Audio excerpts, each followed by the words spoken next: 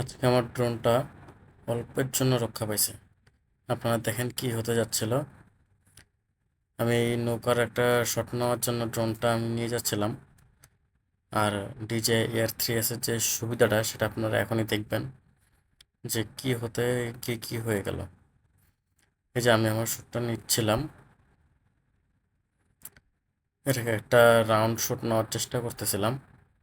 আপনারা দেখেন হঠাৎ করে কি থেকে কি হয়ে গেল। স্পিডটা একটু বেশি ছিল। দেখেন শটটা নেওয়ার সময় আমি আসলে চিন্তা করতে পারিনি আমার ড্রোনটা ঠিক এইখানে গিয়ে বাড়ি খাবে। এই যে দেখেন, এই যে গেম বলের সাথে লেগে গেল। দেখছেন গেম বলের সাথে এই ডালগুলো লেগে গেছে। আর সবচেয়ে যেটা বড় সুবিধা, এয়ার 3s এর অনেকগুলো সেন্সর আছে যার জন্য এটা ক্র্যাশ করা থেকে বেঁচে যায়।